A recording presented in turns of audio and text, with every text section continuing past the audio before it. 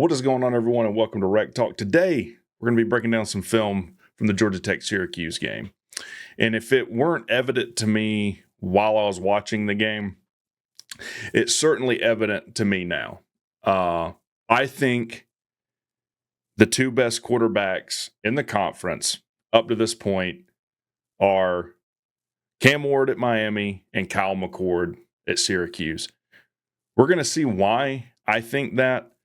I'm telling you, Kyle McCord's the real deal. Some of these passes that he completed with pressure in his face, the timing that he threw these balls, the amount of time it took him to make a decision, and the quickness of his release.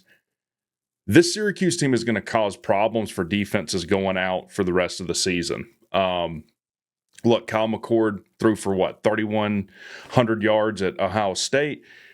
These receivers are the real deal too. You know, we saw it on film when we were watching Ohio, when Syracuse played Ohio last week. I said, look at how good these routes are.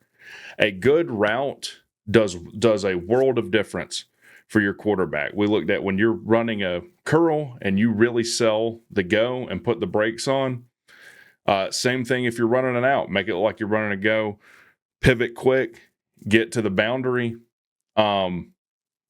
I'm actually willing to say that no one does it better than Syracuse in this conference as far as just timing and where the ball's going in the passing game. The other thing we're going to see is schematically, they do it really well. Like the scheme that they had and disguising where the ball's going, the play fakes are fantastic. I'm quite impressed watching the film. Now, the other thing, if you watch the live show, you heard me talking to Joe Gilbert. If you don't know who Joe Gilbert is, he's a guy that played guard at Georgia Tech. He was on that 2009 ACC championship team, and he cued me into something I really wasn't aware of because I don't play offensive line, but Syracuse ran a 3-man defensive front for most of that game. Something you don't see a lot. He said it's kind of like the triple option of a defensive front. And if you're not prepared for it, and how your blocking assignments are going to change, it can cause a lot of havoc for you. And it certainly did in the run game. Now, I was looking at the condensed game when I cut this up. So a lot of those, no gain runs were not in the condensed cut. But you'll see some of it. From Georgia Tech's side, we're going to see, look, Haynes King can throw the ball downfield. Haynes King can make good decisions, and he can thread the needle when he needs to. Obviously, we got out-schemed in this game. There's no question about that. My hat is off to Syracuse for losing one of their best run defenders and then scheming up this odd defensive front that caused Tech a ton of problems. The good news is I do think that's something that can be corrected. And I don't think we have the worst secondary anymore. We certainly have to do better at getting to the quarterback, and we certainly got a lot of improvement to make in the defensive backfield. I think Kyle McCord's that good, though. So let's look at the film and see what in the world is Rec talking about. Also, because you can't see my lower body, I'm not wearing pants. I didn't have to tell you that, but I thought we should all share in that experience. All right, so first and foremost, this is an absolutely beautiful play call here early in the game. They're in a 2nd and 4. Excuse me. And I'm just going to kind of let this play out to a point, and I want you to tell me where you think the ball's going. All right, so take the snap right here. This looks exactly like a run. You don't even have to sell a great play fake here. Because, look, if you're playing linebacker, we've talked about kind of looking at the triangle here. Guard, center guard. And what are they doing? So it looks like they basically pull the tight end and guard. And they actually seal a block here, I think, on the end, Josh Robinson. So we all get sucked into this. And this is the other thing that Syracuse did with their running backs. A lot of times you'll see they kind of run this kind of bowed out bubble. Syracuse more runs it just like they're running more vertical. So all of this is sold with what the line's doing. And then McCord steps back, plants his foot, and there's no one within 15 yards of this running back. Why? Because of all this going on up front with the Syracuse offensive line to sell this run. Now we're in man coverage, and I'm assuming Eford has this guy. They do such a good job at selling the run. He's coming up here to fill this gap to meet the running back, and then we have an oh crap moment where we say, oh, actually, the ball's 10 yards behind us. Now, obviously, we have to do a better job as Georgia Tech's defense at getting to this ball, but I'll just say I'm mighty impressed. I'm mighty impressed with this play call and just exactly how this is drawn up, especially early in the game to get some good shock yardage. Hats off to Syracuse. All right, here another really well drawn up play early in this game. This might have even been the next play. This is the key to this play is where Kyle McCord's eyes are. These are we kind of talked about the nuances of wide receiver. Here's the nuances of quarterback. The whole reason this play works is Kyle McCord's eyes are downfield and everyone looks like they're running vertical. And it's kind of like a half screen. I'm not some kind of genius, but that's what I'd call it, where they make sure that they protect Kyle McCord with the left side of the offensive line and then screen it off the right. Running back just leaks out. He's able to dump them off, and Tech has 1, 2, 3, 4, 5 players over here. The rest of the defense is way back, sold on the vertical routes.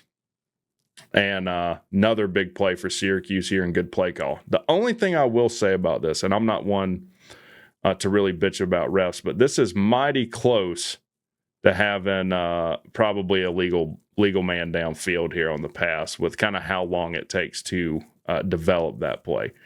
But again, hats off to schematically how good this is with Kyle McCord selling this, selling the defense that it's going downfield, dumping it off for the screen. And I guess first I'll go through, it's going to be painful if you're a Tech fan. We'll go through all the offensive plays for Syracuse and then for Georgia Tech.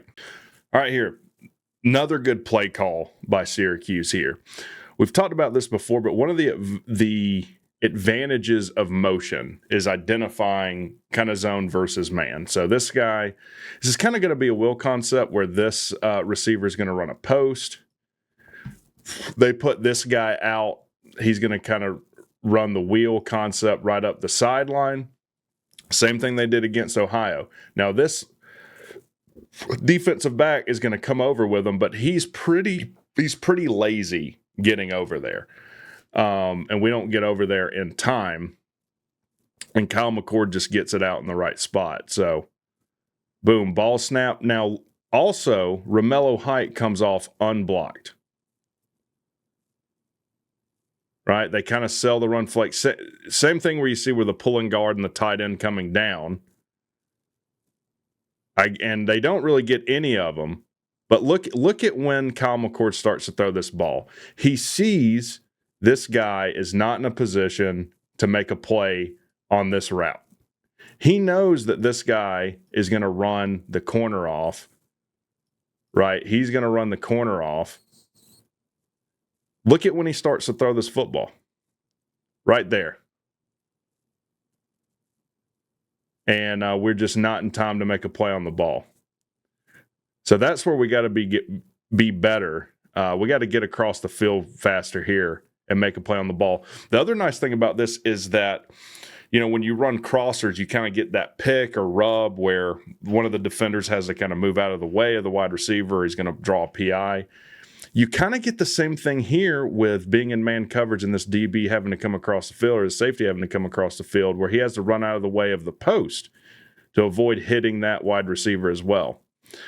Makes him late getting over here, and then we kind of whiff a little bit on the tackle to prevent the touchdown, but another good play call by Syracuse. All right, so why am I so high on Kyle McCord? This is why. Timing is everything between a quarterback and a wide receiver. So if I remember, this guy just runs vertically, and this guy's going to run like a 10-yard, 15-yard out. I want you to look at when Kyle McCord starts to throw this ball. And I do believe we're in man. We do bring pressure and we do stunt. We do kind of something weird there. We actually look like we're going to blitz and pull off. All right. Keep in mind, this guy up here is running this deep out. Kyle McCord's already setting up to throw this ball here. The wide receiver's not even in his break yet. But he sees the separation between him and the corner. And he knows that he's not in a position to make a play on this ball and that it's a deep out. So he go ahead, he's already starting to throw the ball here before the wide receiver's in his break. He's in his break here. Ball's already what? Ball's already out of the quarterback's hands. And he throws a perfect ball. We're not in time to get there because of the great timing. And the other part is, wide receiver does a good job at selling like he's going upfield. Man, he is exploding out of the break here. Runs the corner off of the out in a great route to put his foot in the ground and get toward the sideline. Great timing by Kyle McCord. I mean, this is textbook. So I know there's been talk, and honestly, this is something I think me and C-Dog disagree on. I don't think it's just, Georgia Tech's defensive backfield is just, they were playing way off of them, and we weren't contesting enough. This is a good offense. This is a great quarterback in Kyle McCord, and these are really good wide receivers. Again, I think one came from Georgia, one came from Ohio State, along with Kyle McCord. Now, you can argue that, hey, yeah, he is playing way off of him here. I mean, he starts kind of pressed, then he backs off. And look, the reason for that is that, again, we're afraid of getting beat deep, which we did a lot. He threw it right up the seam multiple times on us in this game. So probably the thinking is, hey, better to give up the 7 or 15-yard out as opposed to a touchdown. Now, the thing, unfortunately for Georgia Tech's defense, is we ended up giving up both all game. So it just got to be better. We got to be better. And the big part is when you're throwing these deep outs, I mean, he has to take time here. And we almost get to this, but here's where, your pass rush has got to be better if you're Georgia Tech as well. All right, here's a 4th and 1 for Syracuse. So Tech gets a big 3rd down stop. And I just wanted to show this to show, I felt like they were just willing to take more risk and a little bit more creative, or not just a little bit. I think they were a lot more creative in their offensive play calling. This is just going to be a speed option. Kyle McCord's going to come straight down the line. He's going to read this guy right here. Running back's going to come down, and he's just going to pitch off this guy or keep it. Now, obviously, he wants to pitch. If you're Georgia Tech, you'd much rather force him inside. But a lot of open grass here. We're totally sold out, committed on stopping the inside run, and just good play call by Syracuse here, and a big gain to pick up the 4th down and maintain momentum. Also, textbook pitch. We haven't actually talked about the technicalities of a pitch, but when you're pitching this ball, you want to step straight toward the running back. And he has 17, I think, in his face here. But this can get hairy too. I mean, this is risky. It's easy to put the ball on the ground, especially when you don't run much option or do a lot of pitch. You can easily put the ball on the ground here, but Syracuse picks up a big 4th down conversion off of it. All right, another reason I'm sold on Kyle McCord. We end up bringing a lot, and we end up bringing someone late here. Yeah, we end up bringing this guy late, and he is uncontested. So he comes by clean. This guy's just going to run kind of a drag right across the field. And you have to appreciate, this is not an easy throw to make off your back foot. This is not his first read either.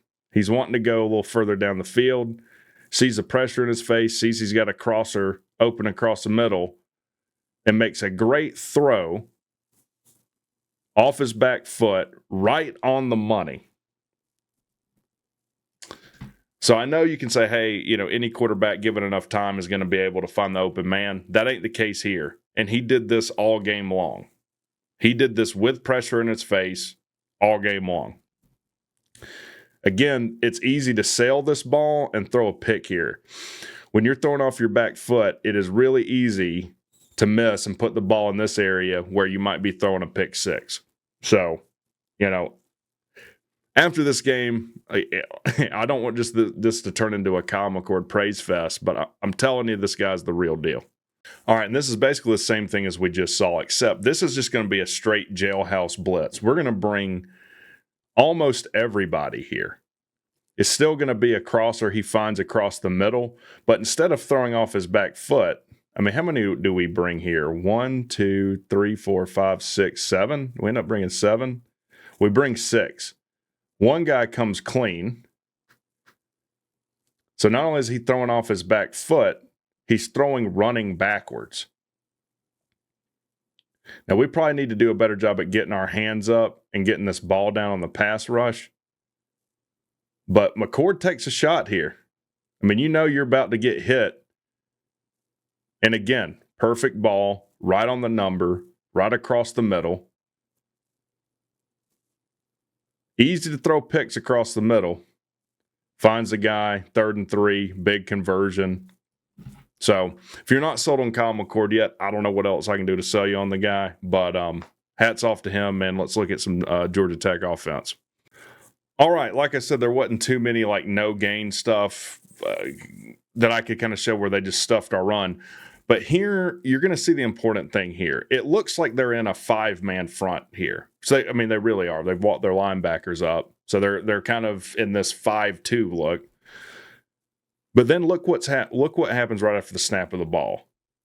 Boom. Only 3 go.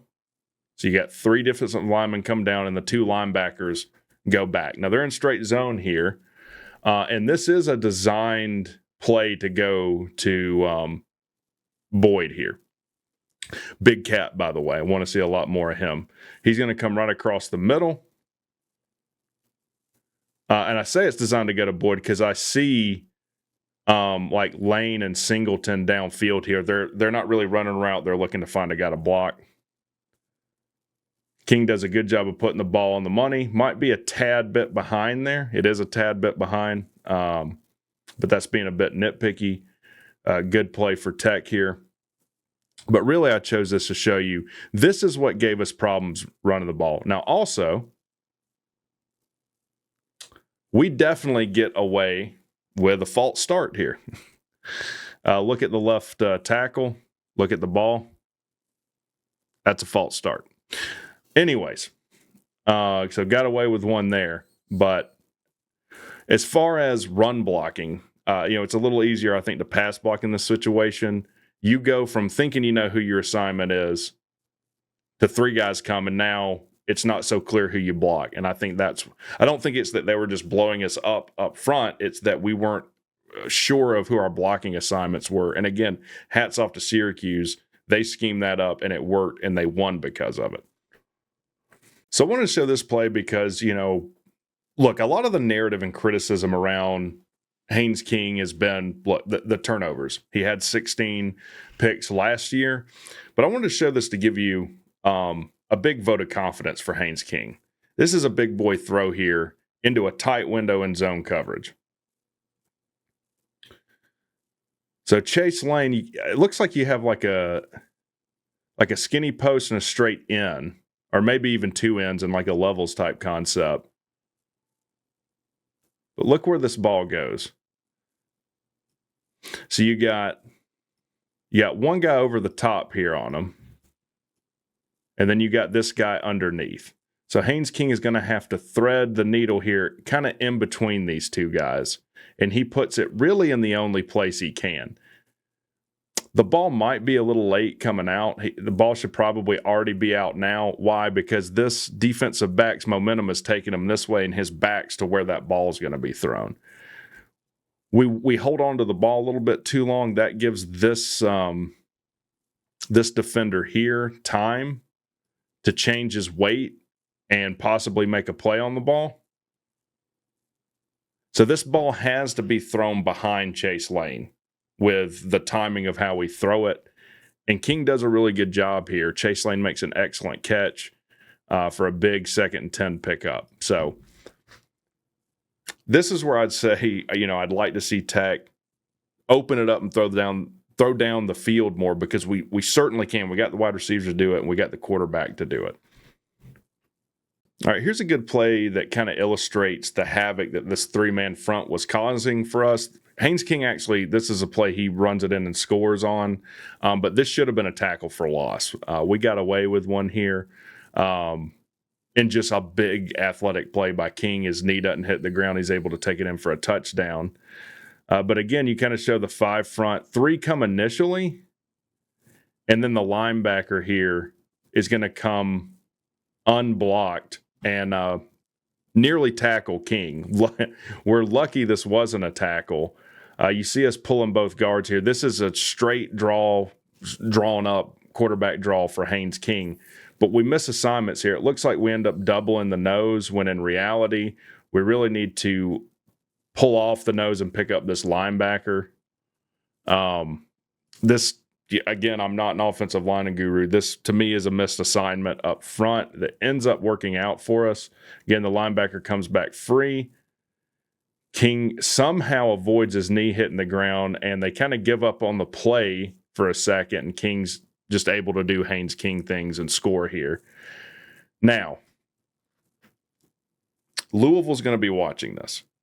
All right. And I'm not giving any disrespect to VMI, but I'm focused on Louisville. I don't coach the team, so I can look ahead to Louisville. Louisville's going to look at this, and every team we play who knows that we're a good running football team, and they're going to run 3-man fronts out there. So Tech is going to have to prepare and practice and scheme up blocking schemes for a 3-man front for this reason, because it worked for Syracuse. Now, teams are probably going to be able to stack the box that have a very good defense and stop the run against us without running an odd 3-man front. Again, I want to show what Haynes King can do here. Singleton, I think he's right here in the slot, is just going to run this route that just comes across the field. And this ball is thrown from what? The 16 here, basically.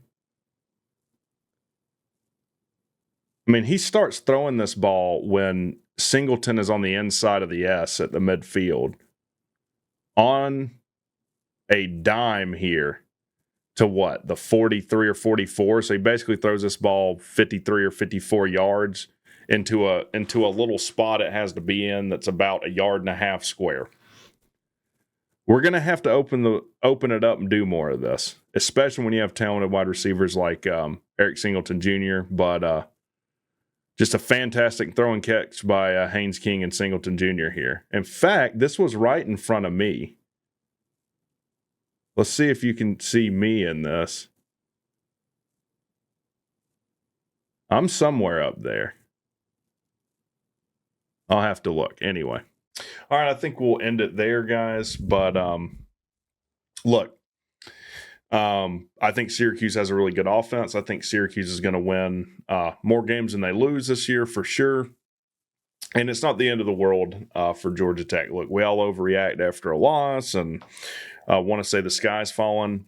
Big thing here is, can you correct these issues? Can you get something together for if you see another 3-man front, because you're going to? Can you establish the run again against Louisville? Can you defend the pass? And really, I'd like to see offensively just Georgia Tech open it up a little more going out the stretch. If you think back to like Louisville, really the first 4 games of last year, we threw it way more than we ran. And there's going to be games down the stretch where we're going to have to open it up and throw it downfield, probably more than we conservatively run it. So I think Tech is up for the challenge. I think Tech can definitely improve and fix these issues. Certainly the running, the football, and kind of the blocking assignments can be fixed in a week.